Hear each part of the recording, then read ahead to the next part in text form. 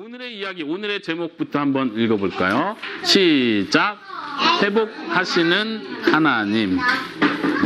회복이란 단어 예전에 제가 설교할 때도 한번 이런 주제를 썼던 것 같은데, 회복이란 단어를 번역을 해주면 좋겠는데, 아라씨 회복이란 단어 이해하세요? 병원에서 회복됐다 이런 표현할 때. 네, 아프다가 이제 예, 그렇죠. 보통은 그때쯤 많이 쓰는 것 같아요.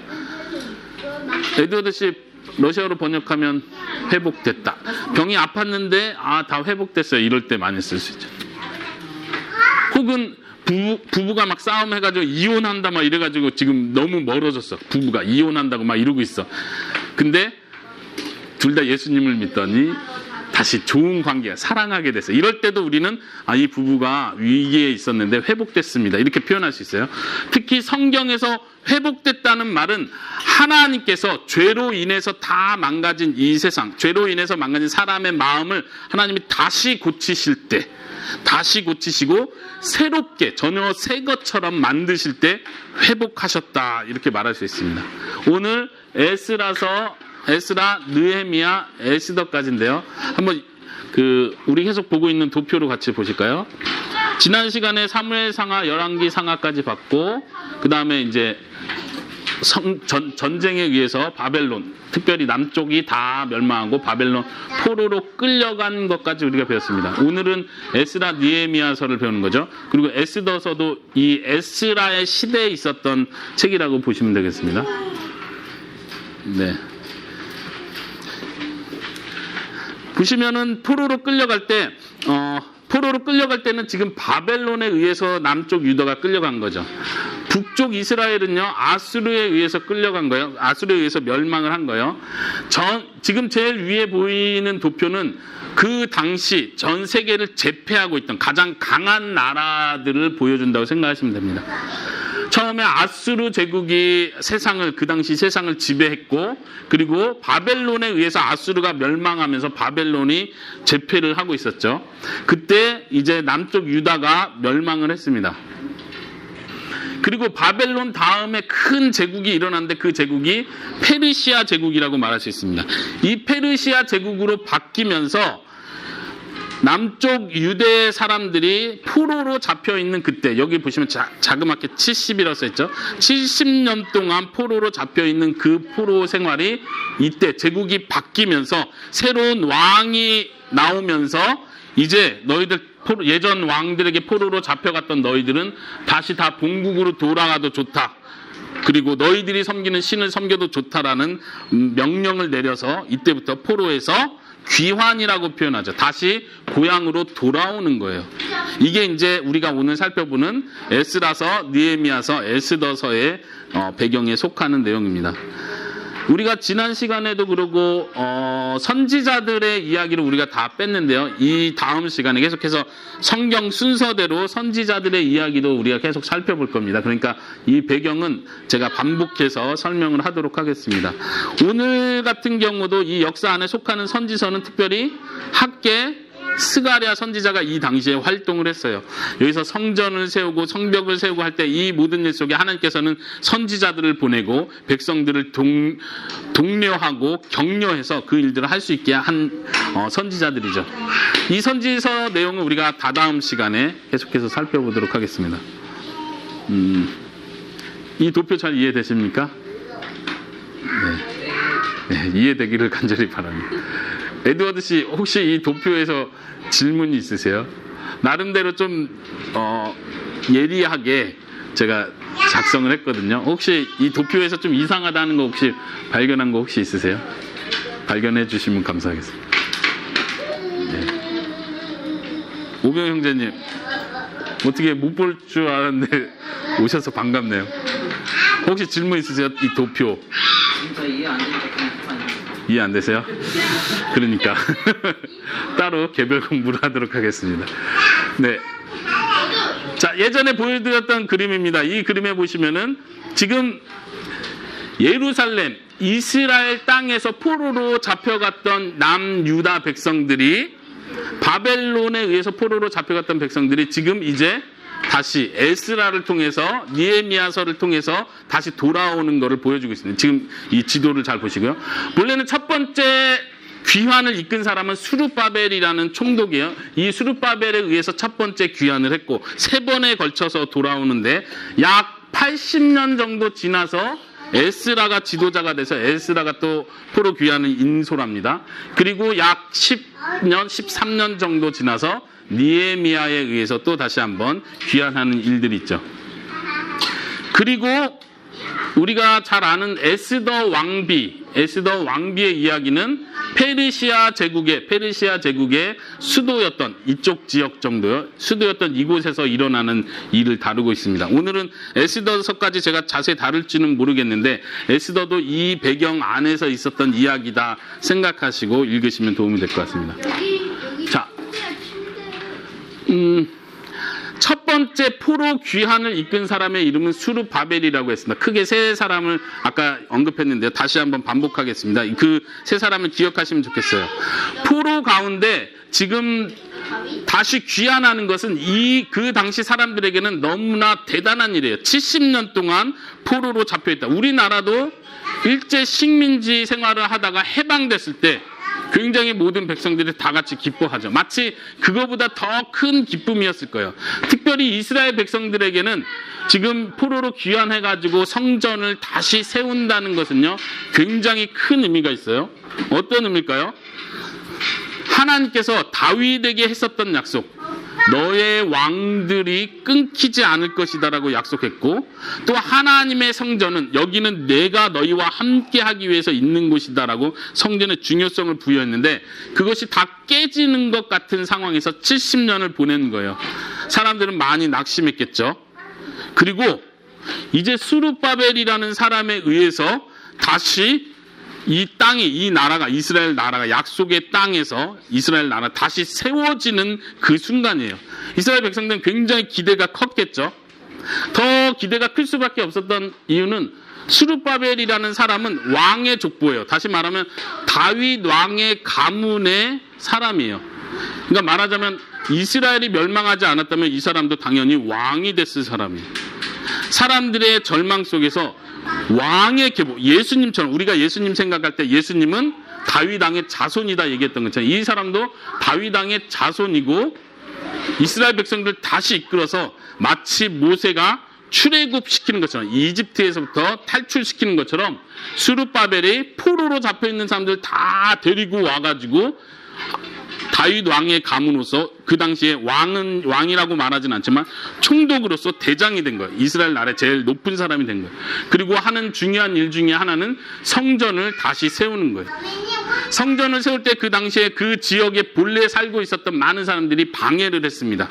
우리가 살고 있는 지역에서 너희가 지금 무엇을 하느냐 하면서 방해를 하고 도리어 페르시아 왕에게 편지를 써서 왕이시여, 이 사람들이 지금 반란을 일으키려고 합니다. 이스라엘 왕국을 다시 세워서 반란을 일으키려고 합니다. 막으셔야 됩니다. 도리어 이런 방해를 받으면서도 끝까지 결국은 성전을 세우게 됩니다. 사람들은 어쩌면 마치 예수님에게 했었던 기대처럼 수룹바벨에게 그런 기대를 했는지 모르겠어요. 왕의 가문의 한 사람이 리더자가 태어나고 이 사람이 큰 능력과 권세를 가지고 우리를 포로 가운데 이끌어주고, 그리고 하나님께서 약속하셨던 그 성전, 하나님이 계신 그 성전을 다시 세운다라고 했을 때 사람들은 기대가 굉장히 컸겠죠. 그리고 하나님께서 이 땅을 버리지 않았다라고 생각했을 겁니다. 그러나 그 중에서도 에스라에 보면은 성전의 기초 공사를 처음 시작할 때 그 당시에 나이 있었던 사람들은 예전에 성전의 웅장한 모습, 솔로몬 왕이 세웠던 성전의 웅장한 모습을 봤던 나이 있는 사람들은 그때 많이 울었다고 도리어 표현을 합니다. 그때만큼 영광이 있지 않기 때문에 사람들은 슬피 울 수밖에 없었겠죠. 그렇지만 많은 어려움 속에서 수룹바벨을 통해서 성전이 건축이 됩니다. 그리고 하나님께서 약속하셨던 그 약속이 하나하나 이루어진다고 생각을 했습니다. 바로 이 시기에 아까 말씀드렸던 것처럼 에스더가 쓰여졌고, 아까 귀국한 이스라엘 땅에서는 성전이 세워지고, 페르시아 수도에서는 도리어 이스라엘 백성들이 죽을 수 있는 위기 속에서 에스더를 통해서 하나님께서는 이스라엘 백성들을 살려주는 아주 놀라운 일들이 일어나는 거죠. 그 시대적으로 굉장히 많은 기대들이 있었겠죠. 그리고 아까 말씀드렸습니다. 이 지도. 네, 아까 보여드렸던 지도고요. 넘어가서. 그 다음에 에스라를 통해서 약 80년 정도 후에 에스라를 통해서 하나님께서는 다시 한번 두 번째 포로로 잡혀갔던 사람들이 고향으로 돌아올 수 있도록 해줍니다. 에스라를 통해서는요, 우리가 볼 수 있는 건 하나님께서 에스라를 통해서 이스라엘 땅에 여전히 80년이 지나면서 사람들이 또 죄를 짓기 시작하고 하나님을 또 멀리하고 하나님의 말씀에 순종하지 않기 시작하는 그 사건을 에스라를 통해서 다시 한번 회복시킵니다. 특별히 에스라에 보면은 에스라가 이스라엘 백성들이 이방 여자들, 다시 말하면 이스라엘 땅에 돌아왔더니 그곳에 살고 있는 정통 유대인들이 아닌 이방 여자들과 결혼을 해서 결혼하는 장면들을 보고 에스라가 통회를 합니다. 한번 우리가 그 본문을 같이 찾아볼까요? 에스라서 9장입니다.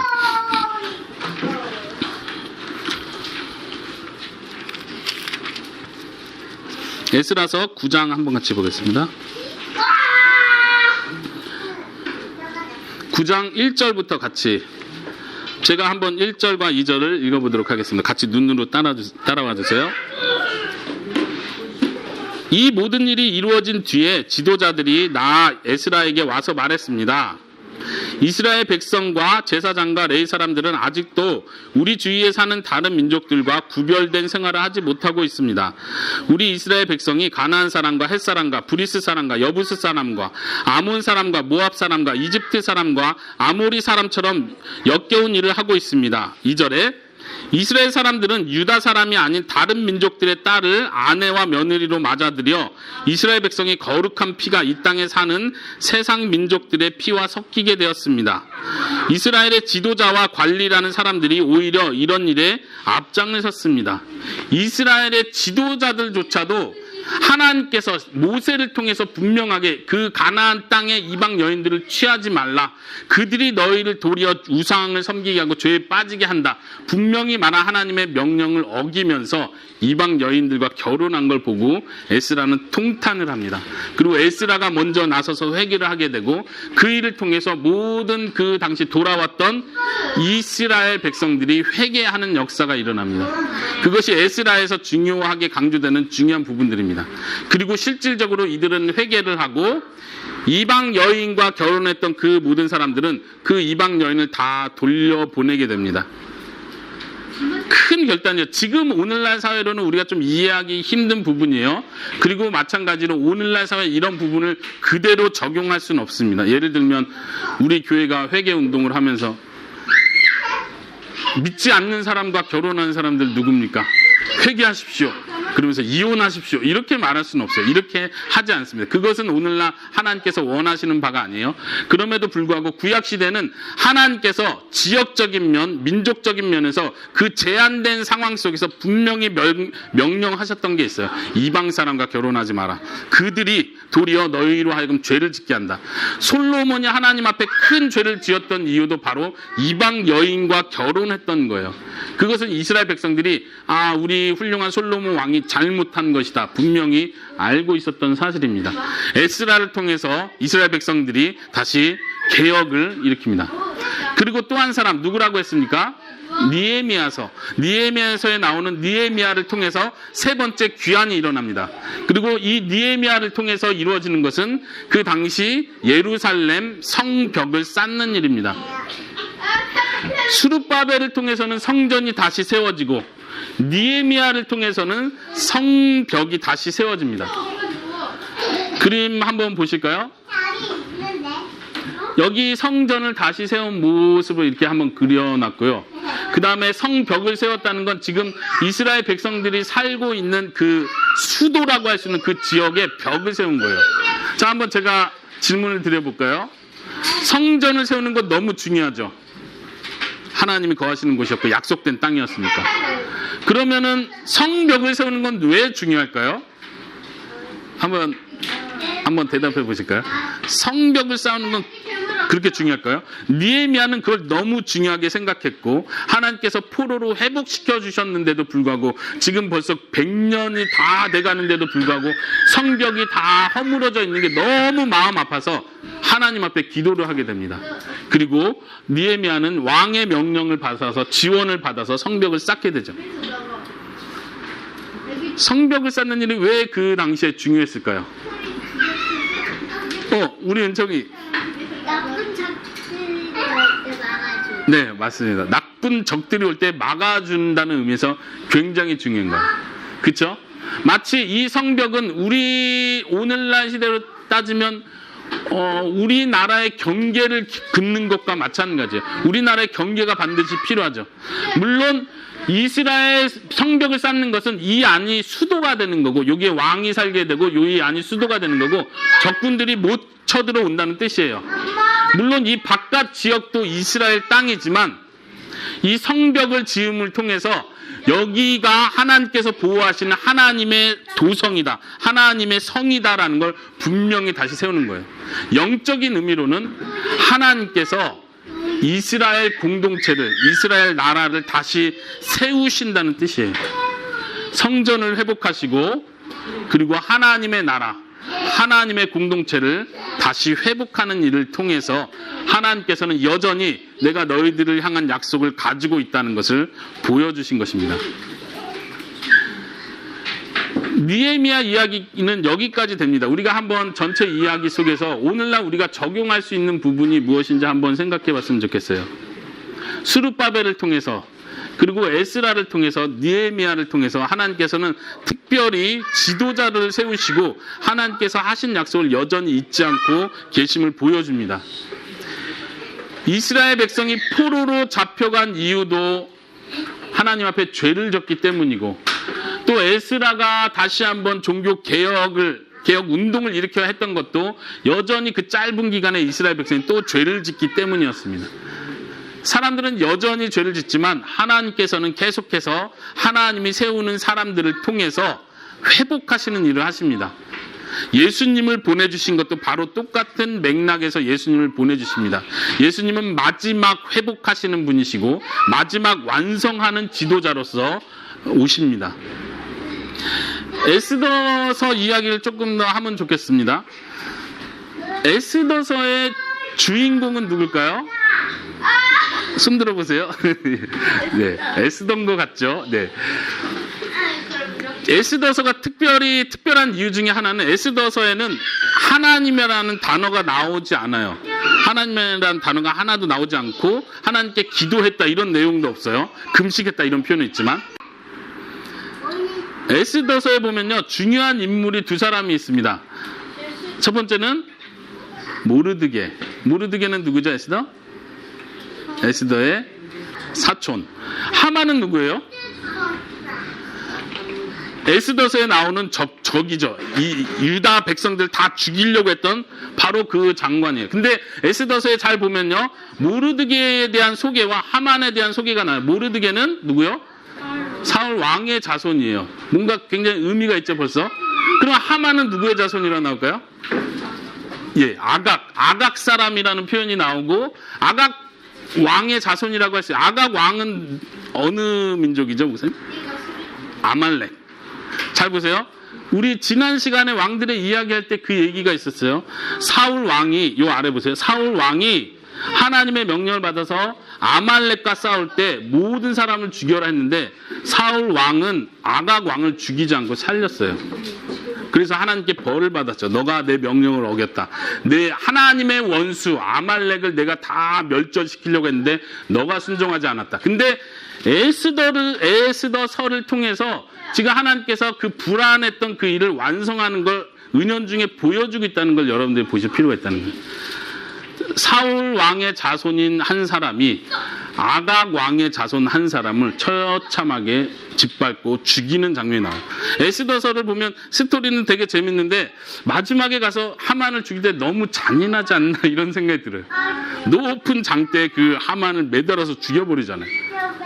그리고 마지막에 보면은 이스라엘 백성들, 유다 백성들이 자기들 죽이려 했던 그 모든 백성을 다 처참하게 막 싸워서 죽이는 거예요. 죽이고 나서 어떻게 해요? 나중에 축제를 여는 거죠. 피비린내 나는 축제를 여는 거예요. 우리 관점에서 볼 땐 이거 사람 죽이고 너무 좋아하는 거 아닌가? 근데 그런 관점으로 보시면 안 된다는 거예요. 영적인 의미가 분명히 있습니다. 하나님께서 한 지도자를 세우셔서 하나님께서 이루고자 하시는 그 일들을 반드시 이룬다는 걸 보여주십니다. 출애굽기에 보면은 하나님께서는 특별히 아말렉과 내가 대대로 싸운다 이런 표현을 하시는 것을 우리가 볼 수 있습니다.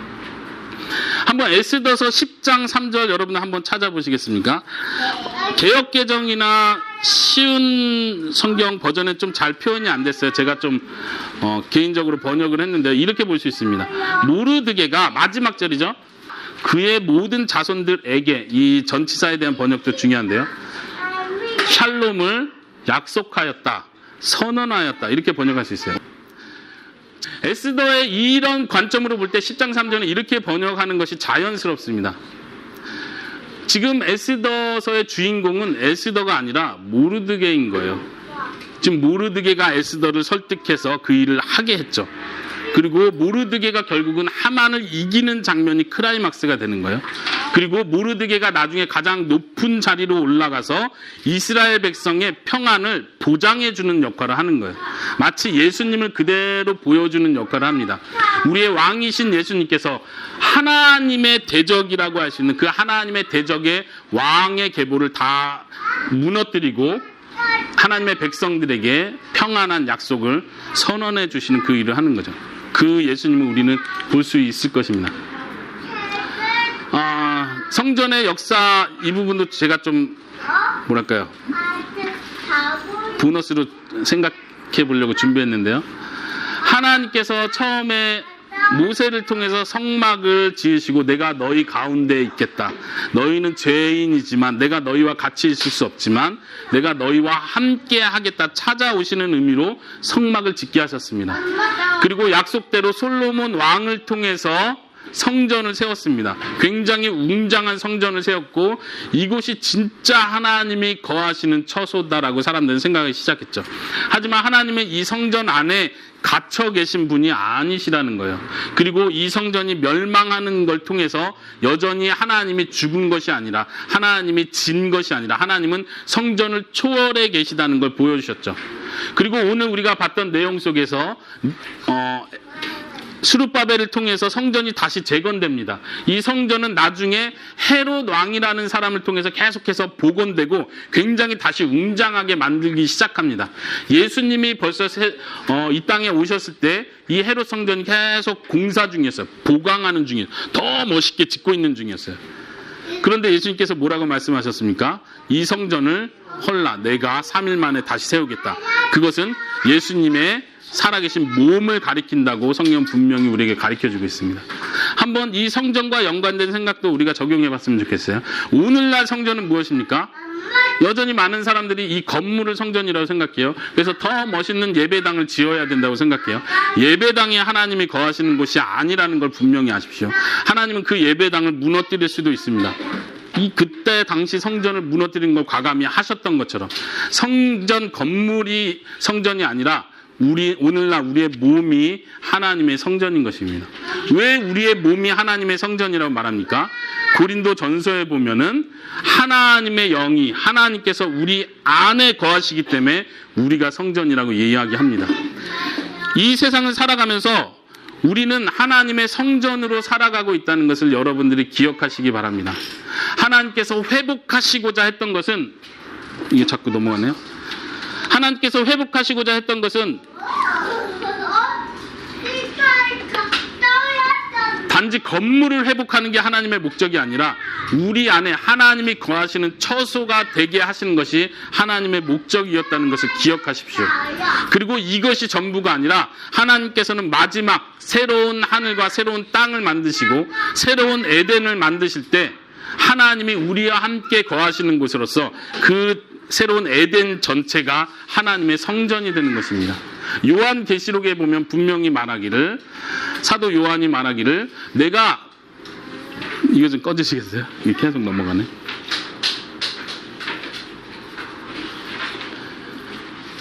내가 새 하늘과 새 땅 하나님의 성 예루살렘 성을 보았는데 그곳에 성전이 없었더라 이런 표현을 하면서 하나님과 하나님의 어린 양이 친히 성전이 되셨다 이런 표현을 합니다.